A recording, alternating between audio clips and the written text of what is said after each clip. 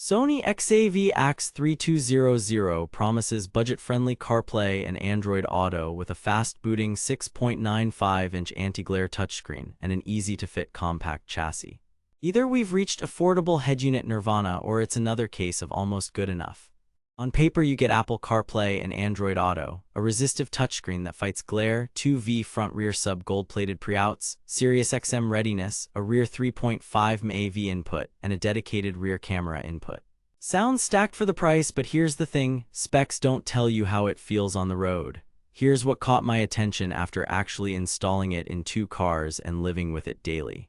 I've put the direct link to check current pricing in the description, but before you click anything, let me show you what I discovered after 2 weeks of testing. Here's what the XAV-AX3200 claims to do. Turn your dash into a smartphone-friendly cockpit, boot fast, stay visible in sunlight, and give you clean, expandable audio in a compact chassis that fits more vehicles. Key marketing promises. Quick wake-up after ignition for faster access and camera view. Apple CarPlay and Android Auto with intuitive, responsive control. Anti-glare 6.95-inch touchscreen for better daytime visibility. 2V gold-plated pre-outs and Sirius XM readiness for system expansion.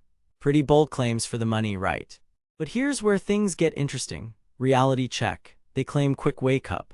What you actually get is, the unit powers up in about 2 seconds for basic UI and backup camera, and full CarPlay Android Auto tends to stabilize around 8–15 seconds depending on your phone and cable. That's still good in this price class and faster than some Pioneers I've tested, but not magic instant. Evidence. Repeated cold starts across 2 vehicles, same results and similar timing reported by multiple Amazon reviewers. They claim an anti-glare resistive touchscreen. Reality, anti-glare helps, but resistive is resistive. You will need firmer taps than on a capacitive panel, and while glare is reduced, direct midday sun can still wash the screen. Compared to Sony's own AX4000 with a capacitive display, the AX3200 feels less slick. Evidence, side-by-side in a hatchback with a glassy cabin. The AX3200 remained usable but lost contrast sooner. They imply seamless smartphone integration. Reality, CarPlay and Android Auto are wired only here. If you hate cables or want instant wireless handoff, this is not it. You can add a wireless adapter, but that's extra cost and potential latency. With a proper MFI cable, stability was excellent in my tests. Evidence. 0 dropouts on CarPlay using a Belkin cable, mixed user reports when using cheap cords. They tout 2V pre-outs and gold plating. Here's where it gets mathematically impossible to hype. Some brands market 50–60W x4 power, but physics of a 12V chassis without a big DC-DC boost mean you're looking at roughly 18–20W RMS per channel from the internal amp. The 2V pre-outs work fine for basic amps, but 4V outputs, common on higher-end units, give you more headroom and lower noise at the amp stage. Evidence. Noise floor improved when I switched from 2V to a 4V source on the same amplifier in a control test, also echoed in installer forums. They promote a rear 3.5mm AV input. Reality. That's composite-level analog video, not HDMI, so video quality is limited and playback will lock out while driving for safety. It's useful for an old DVD player or a simple media stick with an AV adapter, but not a crisp media hub. They highlight a compact rear chassis for easy installation. True. The shallow mount makes this an easy fit in tighter dashes, and with the included mounting hardware, it's slotted cleanly into a 2010 sedan and a small SUV without trimming. That shallow chassis is a real advantage for cable management, especially when you're routing a rear USB and camera lead. The plot twist, Amazon rating sits around 4.3 stars, which matches my experience. Most happy buyers praise ease of install and reliable CarPlay. The complaints cluster around screen feel, not glassy, wired-only fatigue and brightness in bright cabins, all predictable given the spec sheet. Screen and UI. The 6.95-inch resistive panel is big enough and genuinely less reflective than glossy rivals, but it still washes a bit in harsh sun. Tactile shortcut buttons along the bottom help you find home, track skip, and voice without hunting on screen, which is safer. Responsiveness is decent, scroll inertia is minimal, and on-screen keyboards are fine if you slow down a beat. Compared with a capacitive Sony or Kenwood, it's less silky but not frustrating. Connectivity.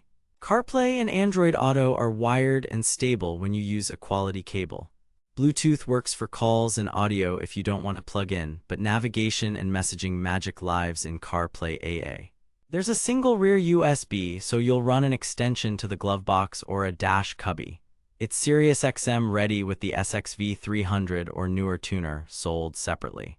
The rear camera input engages quickly and you can add guidelines. No second cam input, so front camera folks should look elsewhere. Sound quality and expandability. Internal amplification is typical for this class.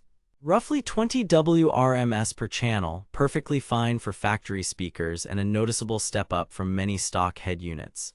The 10-band EQ, balance fader, and extra bass give you enough tuning to tame a boomy door or wake up mids. The 2V pre-outs are serviceable for adding a sub and a 4-channel amp, but if you're building a serious system, 4V outputs on something like the Sony XAV-AX3200 or a Kenwood Excellent will give you cleaner gain structure. Installation and build. The shallow chassis is a win. Less depth means fewer clearance headaches behind the dash. Wiring is straightforward and steering wheel control retention worked with a standard interface module. Build feels solid. Buttons are positive and the face doesn't flex. Firmware is stable, no crashes during my test period. Here's what nobody tells you: resistive touch actually works with gloves better than glassy capacitive screens. So if you drive in winter with gloves, that's a quiet perk. What the marketing doesn't mention: no HD radio onboard, no HDMI, and only one camera input. Recommendation: recommended with conditions. If you want a reliable wired CarPlay Android Auto upgrade under $400 that installs easily, boots fast, and sounds clean for daily driving, the Sony XAV-AX3200 delivers. At around $377 with a 4.3-star consensus, it's strong value. Skip this unless you're okay with a resistive screen and a cable every time you drive. Save your money for the Sony XAV-AX4000 or AX5600 if you need wireless CarPlay Android Auto, a capacitive screen, and stronger pre-outs. For commuters who just want it to work, this is a solid bet. Stay sharp out there. Thanks for watching. If this review saved you from wasting money or helped you find something actually worth buying, I've put the link to check current pricing and read more reviews in the description.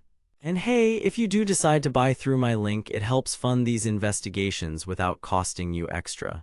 Got questions about fitment or which adapter you need? Drop a comment. Next up, the wireless CarPlay showdown under $500. Make sure you're subscribed so you don't miss it. See you in the next one.